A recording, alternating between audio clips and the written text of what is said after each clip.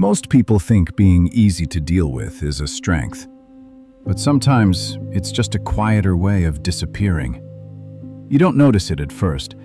You become the one who adapts faster, replies sooner, adjusts more. And slowly, life around you runs smoother, but less of it is actually shaped by you. In a culture that rewards being flexible, agreeable, and low friction, it's easy to confuse harmony with alignment, but those are not the same. And over time, the cost is not just exhaustion. It's the moment you realize you've been living in response without ever asking what you would have chosen first. There is a difference between being valued and being assigned. A valued person is seen. An assigned person is relied on. That difference is easy to miss in real life. In Seattle, a manager gets called dependable 3/4 into the year because she always stays calm when deadlines slip. In Houston, the oldest daughter gets called the mature one because she never turns Thanksgiving into conflict. In Miami, the friend who agrees to everything on a 4-day trip gets praised for being so easy to travel with. Those sound like compliments, and sometimes they are, but not always. Sometimes a compliment is the first draft of a role. Sometimes it is the beginning of a quiet expectation. You hear it at work: team player, easy to work with, low maintenance. You hear it at home: you always know how to keep everyone together. You hear it in friendships: you never make things harder. Notice what all of those have in common. They do not describe what you love, what you choose, or what matters to you. They describe how convenient you are to be around. That is where the confusion begins. A person can be deeply respected and still be useful to others, but usefulness has a strange way of expanding when it goes unexamined. In Atlanta, the volunteer who stays late after Sunday service twice becomes the person who is expected to stay late every week. In a Brooklyn office, the employee who answers one 9:47 p.m. Slack message becomes the one people message after hours without hesitation. It almost never starts with force. It starts with relief. Relief is powerful. If your presence lowers tension, speeds things up, or keeps people from facing discomfort, others feel that immediately. They may not even think of themselves as asking more from you. They simply begin to lean in your direction, because leaning in your direction costs them less than carrying their own weight in full. That is why people often blame themselves in the wrong way. They look back and think, I must have been too giving, I must have been too available, I must have made a mistake. But the deeper issue is usually quieter than that. The deeper issue is that your personality stopped being read as personality. It started being read as function. And once that happens, your kindness is no longer received as generosity. It is received as continuity. The calm person must remain calm. The flexible person must remain flexible. The understanding person must remain understanding. Now think about what that does to your inner life over time. In Chicago, a brother who has always been the reasonable one gets one sharp reaction at a family dinner, and suddenly, he is the problem. In Phoenix, a parent who has always handled pickup, teacher emails, and the last-minute Target run says no once, and the whole week feels thrown off to everyone else. Not because the refusal was cruel, because the old arrangement was comfortable. This is where many people lose clarity. They assume the backlash means they have become harsher than they meant to be. They assume one change in behavior must have been excessive because the response was so strong. But intensity in other people does not automatically reveal truth. Sometimes it reveals dependency. Sometimes it reveals habit. Sometimes it reveals how much of your old role was making life smoother for others behind the scenes. That matters. It changes how you read the moment. If 10 people are used to you absorbing delay, awkwardness, disappointment, and small social messes, then one simple act of self-direction can feel disruptive to all 10 at once. In Dallas, that might be saying you are leaving the family lunch at 2 p.m. instead of staying until evening. In San Francisco, it might be declining the meeting that always gets added at 6:15 p.m. because no one wants to push back on the client. The action is small. The reaction is not. That does not mean the action was wrong. It may only mean the old version of you was doing more hidden work than anyone admitted. A lot of relationships drift into this without anyone announcing it. No one says, from now on, you will be the one who adjusts first. No one says, from now on, your mood will be the room's stabilizer. It happens through repetition. One holiday, one deadline, one emergency, one long phone call, one familiar sentence at a time. Then a strange thing begins to happen. People stop thanking you for what you are doing because, in their minds, you are no longer doing something extra. You are simply being yourself. The friend in Miami who always lets the group choose the restaurant is not seen as yielding every time. She is seen as the laid-back one. The reliable manager in Seattle is no longer seen as carrying pressure. She is seen as the person who can handle it. That is how a role hardens. It becomes invisible. And invisible expectations are some of the hardest to challenge because there is rarely one dramatic moment you can point to.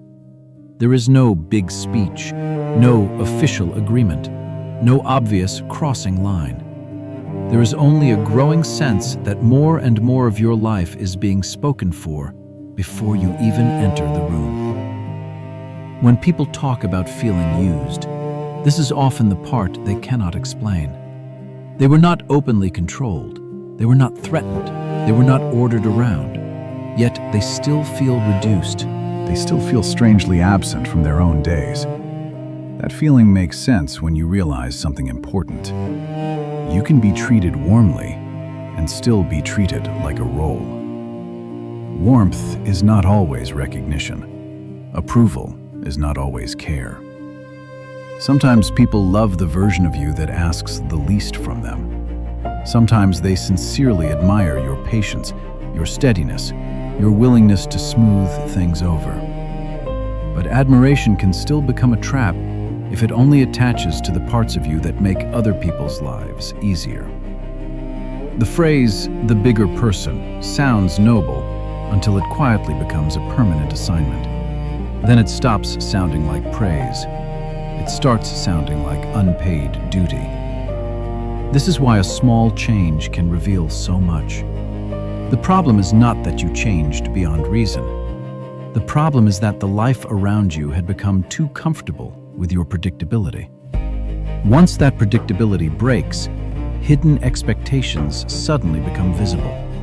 The room gets colder. The family text thread gets tense. The office tone shifts. The friend says, "You're different lately." That sentence deserves more attention than most people give it. Different from what? Different from the version of you that never made anyone recalibrate. Different from the version of you that saved time, lowered friction, and spared people inconvenience. Different from the version of you that could be counted on to bend first. So when that resistance shows up, do not rush to read it as proof of guilt. Read it more carefully. In Atlanta, in Houston, in Seattle, in Miami, the details may change, but the principle is often the same. People get attached not only to who you are, but to what your steadiness has been doing for them all along. And when that service is interrupted, even slightly, they feel the loss before they understand the reason. That is not always malice, but it is information. There are kinds of work that never appear on a schedule. And because they are never named, they are almost never counted. In a school pickup line in Phoenix, one parent keeps the mood light so no one snaps after a long day. In a church committee in Nashville, someone quietly redirects a tense conversation before it turns into a disagreement people remember for months. None of that is written down, but it still costs something. Most people think effort is what you can point to, the hours, the tasks, the visible output. But a large part of what drains people does not look like effort at all. It looks like being easy, being thoughtful, being good with people. And that is exactly why it keeps expanding. In a meeting in New York, after-hours Slack messages keep coming in at 9:42 p.m., and one person answers just fast enough to keep things smooth. In a family group text before Christmas in Ohio, one sibling keeps the tone neutral, so no old argument resurfaces. Nothing dramatic is happening. That is the point. You are not stepping in to fix something broken. You are stepping in so it never looks broken in the first place. That kind of effort is hard to see, even from the inside, because when it works, there is nothing to point to. No conflict, no delay, no visible mess. Just a room that feels fine. But fine is often being held together by someone. And that someone is usually not acknowledged as doing work. In suburban Denver, there is always one parent who remembers the teacher gift before the end of the semester.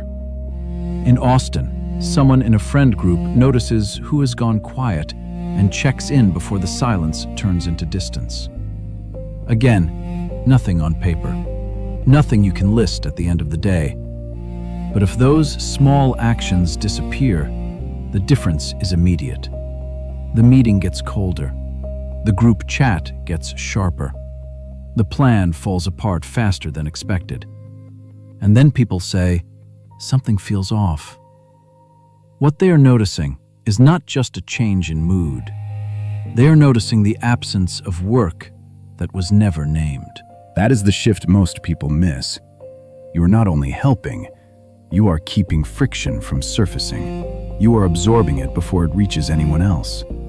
You answer early so tension does not build. You soften your tone so no one reacts defensively. You anticipate what might go wrong and adjust before it does. That is not passive. That is active effort. But because it does not create a visible result, it is treated like a personality trait instead of a contribution. You're just good at this. You're naturally calm. You don't mind. Those phrases sound harmless, but they erase the effort inside them. And when effort is erased, it becomes unlimited. There is no clear endpoint to keeping things smooth. There is no final version of making sure everyone feels okay. So it keeps going. Across a week, across a year, across entire relationships. In Chicago, someone becomes the person who always mediates between two relatives who never get along. In Los Angeles, someone becomes the friend who adjusts every plan so no one feels left out. At first, it feels like being helpful. Then it becomes expected, and eventually, it becomes invisible. That is where the weight starts to build. Because when work has no name, it also has no boundary. It does not sit in your calendar like a meeting. It does not end when a task is complete.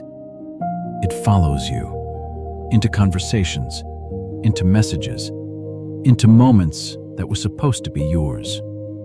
And slowly, you stop noticing how much of your attention is already occupied before anything even happens. You walk into a room already scanning. You read a message already adjusting your tone. You make a decision already considering how it will land for everyone else. None of that is counted as effort, but your body still pays for it.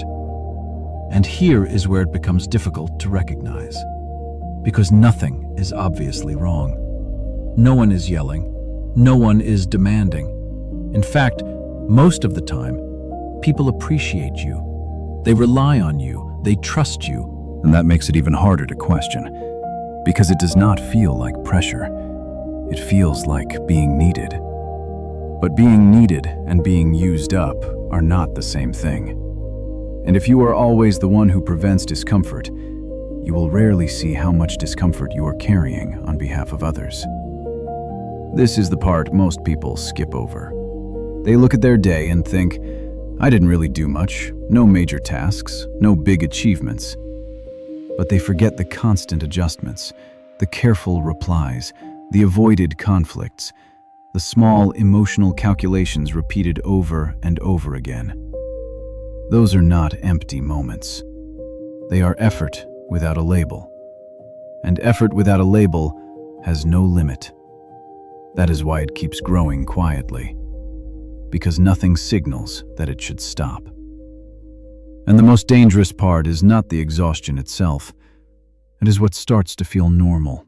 When something happens every day in small ways, it stops standing out. It blends into how you think life is supposed to feel, so you stop questioning it. You stop asking whether this level of attention, this level of adjustment, this level of quiet responsibility is actually yours to carry. You begin to assume it is. And once that assumption settles in, everything else builds on top of it. The late reply becomes your habit. The emotional check-in becomes your role. The silent correction becomes your default. Not because anyone clearly assigned it to you, but because it was never named in the first place. And when something has no name, it has no edge. It does not start cleanly. It does not end cleanly. It just continues. And over time, you are not just someone who helps. You are someone who holds things together so consistently that no one remembers what it felt like before you did. That is the real shift. You are not only supporting people, you are supporting the entire environment they move in. And when that environment feels stable, no one asks what it costs to keep it that way. That is why this kind of work is so easy to overlook, even by the person doing it, because there is nothing dramatic to point to. Just a long sequence of moments where things did not fall apart, and you were the reason they didn't. There is a loss that is harder to notice than exhaustion, and it does not show up as fatigue first. In Portland, someone cancels a Saturday plan at 10:12 a.m. because it feels easier than disappointing a friend. In Austin, a restaurant choice shifts again at 7:26 p.m., not because it matters, but because it avoids a small moment of friction. Nothing about those moments feels serious. That is why they pass so easily. Most changes like this do not look like decisions. They look like adjustments. You move something slightly. You soften something slightly. You agree a little earlier than you intended. Each one is small. Each one is reasonable. And on its own, none of it seems worth questioning. But over time, something else begins to take shape, not in one clear moment, but in repetition. In Boston, staying late after a 6 p.m. meeting becomes normal by midweek. In Tampa, a family visit slowly rewrites an entire weekend that was once yours. Again, nothing dramatic, no single choice that feels wrong enough to stop. But something subtle is happening underneath. You begin to check outward before you check inward. You begin to sense the room before you sense yourself. And that shift is quiet. It does not feel like losing anything. It feels like being considerate. That is why it goes unnoticed for so long, because the behavior itself is not harmful. It is even rewarded. People appreciate it, they rely on it, and that reinforcement makes it harder to question. But notice what is being trained slowly. You start to scan before you choose. You start to adjust before you decide. And over time, that order becomes automatic. In Chicago, someone rewrites a message 3 times at 9:03 p.m. So it lands better. In San Diego, a plan gets reshaped at the last minute so no one feels left out. Again, small things, normal things, but they are happening in a specific direction. Outward first, inward second. And if that direction repeats long enough, it begins to change something deeper. You do not lose yourself in a single event. You drift away in patterns that feel harmless. You do not disappear in one decision. You become harder to locate across many. That is the part most people miss, because nothing is visibly taken from them.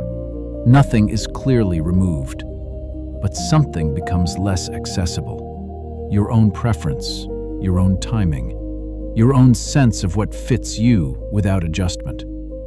And when those signals become faint, decision itself changes. You are still choosing, but the starting point has shifted. You are choosing based on what will work around others, not based on what you would have chosen first. That difference is easy to overlook, but it compounds. Because if the first reference point is always external, your internal reference becomes quieter over time. And eventually, something unusual happens. You face a simple choice, and there is no clear answer coming from you. Not because the choice is complex, but because the signal is weak. In Seattle, someone stands outside a coffee shop at 8:17 a.m. trying to decide where to sit and realizes the decision feels strangely empty. In Denver, a person looks at a free Sunday afternoon and cannot tell what they actually want to do with it. That feeling is often misread. People call it indecision or lack of motivation, but it can be something else.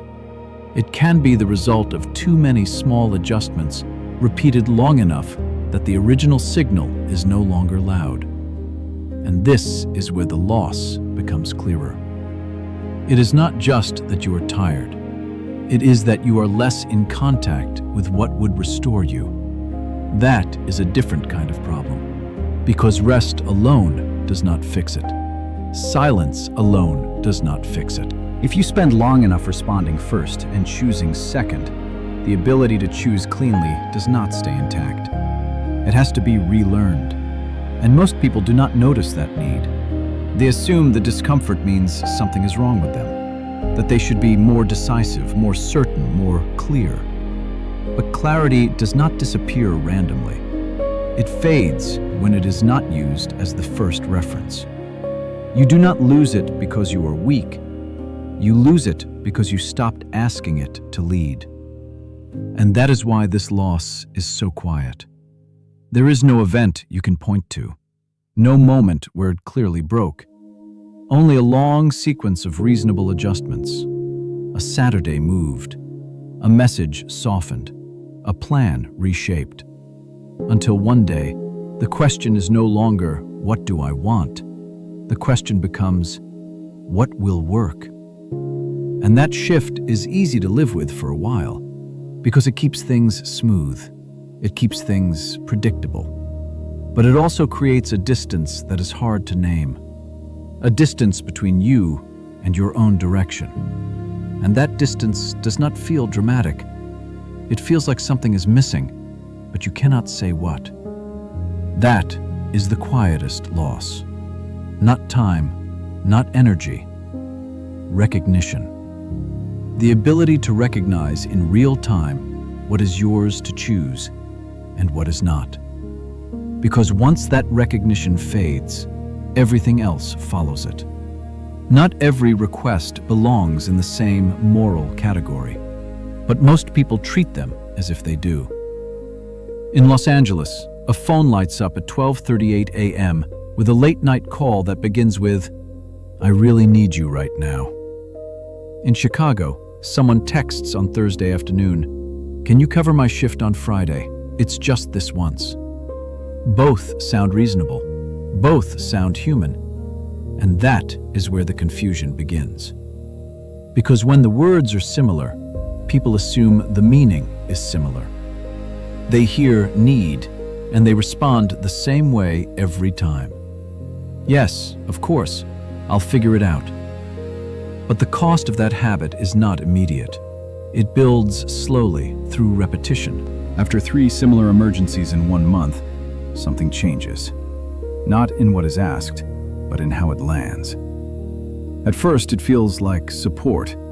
Then it starts to feel like expectation. And most people do not adjust in time, not because they are weak, but because they are using a very simple rule. If someone asks sincerely, you help. If they sound stressed, you step in. That rule feels right, but it is too blunt. Because not every request is asking for the same kind of help. Some requests move a person forward, others keep them where they are, and some quietly shift weight from them onto you. If those are treated the same, you will always respond the same. And that is where things begin to blur. In New York, a coworker sends, "Can you look over this again before Monday?" at 8:11 p.m. In San Jose, a friend says, "I just need to vent for a second," and the call stretches to 40 minutes. Again, nothing wrong on the surface, nothing that looks obviously harmful. But notice what happens after. In one situation, the person becomes clearer, more capable, more steady on their own. In another, they feel lighter, but only because you carried the weight with them. And those are not the same outcome. That difference matters more than the request itself, because one type of help strengthens someone. The other type relieves them without changing anything. And if you are not paying attention, the second type will repeat far more often than you expect. That is where a quiet shift happens. You stop being someone who helps occasionally. You become someone who is part of how other people manage themselves. And that is not always visible at first. In Dallas, someone starts taking on small clarifications in a group project so things run smoother. In Seattle, someone becomes the person everyone checks with before making a final decision. Again, useful. Again, appreciated. But over time, it changes the role you play. You are no longer just involved. You are now included in the process by default. And that is where another kind of request appears. It does not ask for help directly. It asks for your presence in things that were never yours to carry. Can you just stay on the call while I figure this out? Can you help me think through this one more time? At first, it feels collaborative, but notice the direction. The person is not moving toward independence. They are moving toward reliance.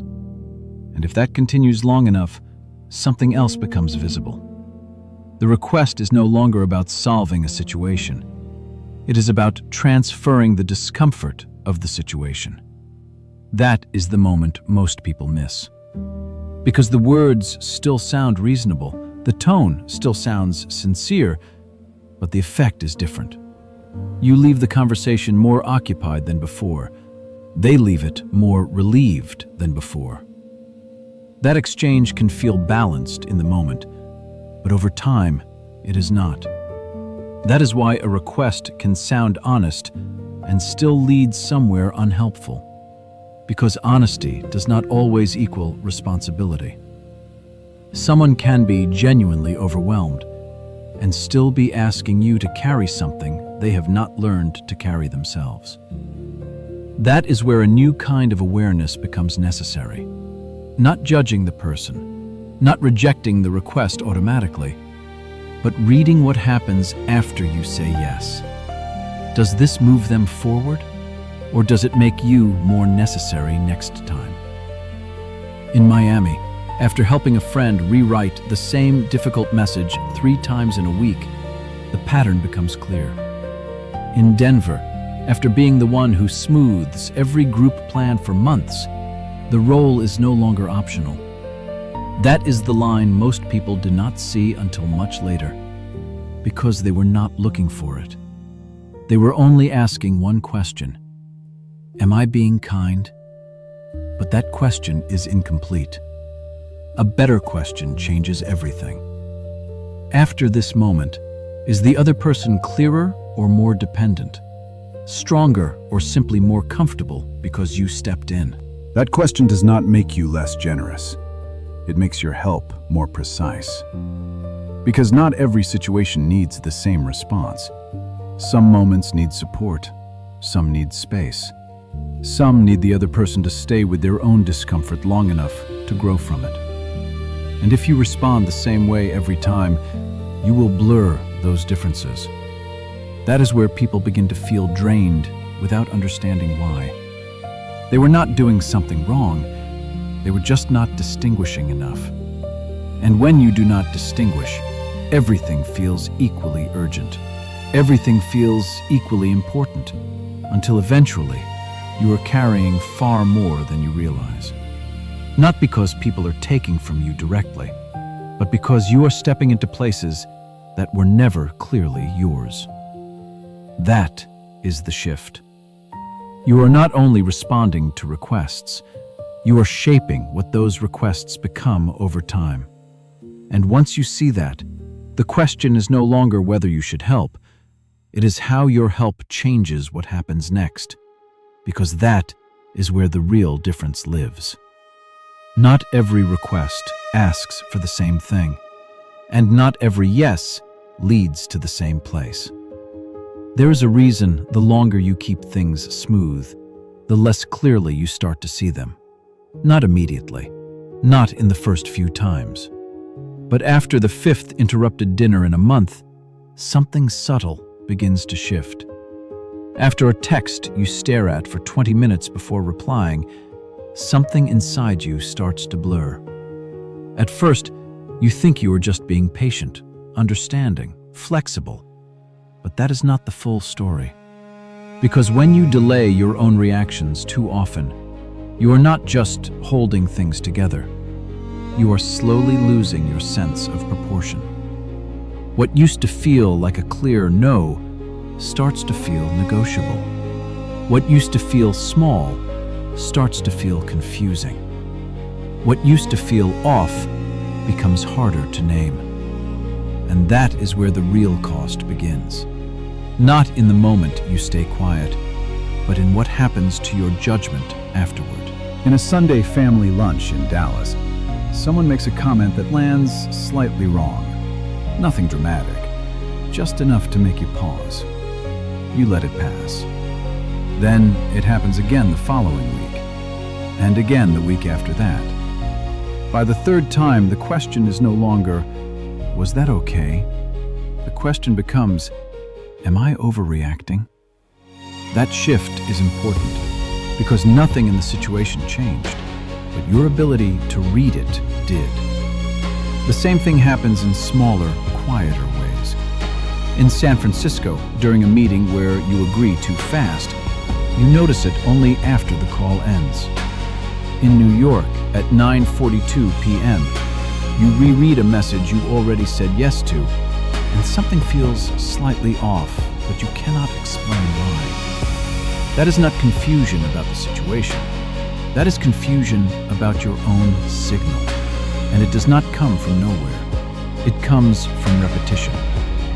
When your internal response says one thing and your behavior does another, again and again, the gap between them widens. At first, the signal is clear. Your body tightens. Your attention narrows. You feel hesitation. Then you override it. You reply. You agree. You adjust. And nothing breaks. So the next time, the signal comes back slightly quieter. And the next time, even less noticeable. Until eventually, you are no longer sure what you are feeling in real time. You only notice it later. That delay is the cost. It is not just about energy, it is about accuracy. Because once your internal signals become unreliable, everything around you becomes harder to read. A small request feels heavy. A serious pattern feels normal. a clear line feels negotiable. And when that happens, you are no longer responding to situations as they are. You are responding to a distorted version of them. In Seattle, after saying yes to 3 quick favors in the same week, you cannot tell if the 4th one is reasonable or not. In Chicago, after letting a conversation stretch past your limit again and again, you no longer know when it actually crossed it. That is the part most people miss. They think the cost of holding things in is emotional, exhaustion, irritation, resentment. But the deeper cost is perceptual. You stop seeing clearly, and when you cannot see clearly, every decision becomes heavier than it needs to be. You hesitate longer, you second-guess more, you replay conversations in your head, because you are trying to recover a clarity that was gradually lost. And that is why this matters. Not because you need to react more, but because you need to see more accurately. There is a difference. Reacting is loud. Accuracy is quiet. One pushes outward, the other sharpens inward. And once you notice that, the goal begins to change. It is no longer about becoming harder, less available, more resistant. It is about becoming more precise. Because not everything requires the same response. Some things are harmless. Some things are patterns. Some things are signals you should not ignore. But if everything feels the same, you will treat everything the same. And that is where people either overcorrect or stay stuck. Some people swing in the opposite direction. They start declining everything, pulling back from everyone, keeping distance as a default. It feels safer. But that is not clarity. That is avoidance, and it creates a different kind of distortion. Now, instead of saying yes too quickly, you say no too broadly. Instead of misreading small signals, you start seeing threat where there is none. In Austin, after a few uncomfortable experiences, someone begins turning down even simple invitations that carry no pressure. In Toronto, after feeling drained for months, someone stops picking up calls entirely, even when they actually want connection. That is not accuracy either. It is just the other side of the same problem. Because the goal was never to close yourself off. The goal is to match your response to what is actually happening. Nothing more, nothing less. That requires something most people skip. Observation before action. Noticing what you feel before deciding what to do with it.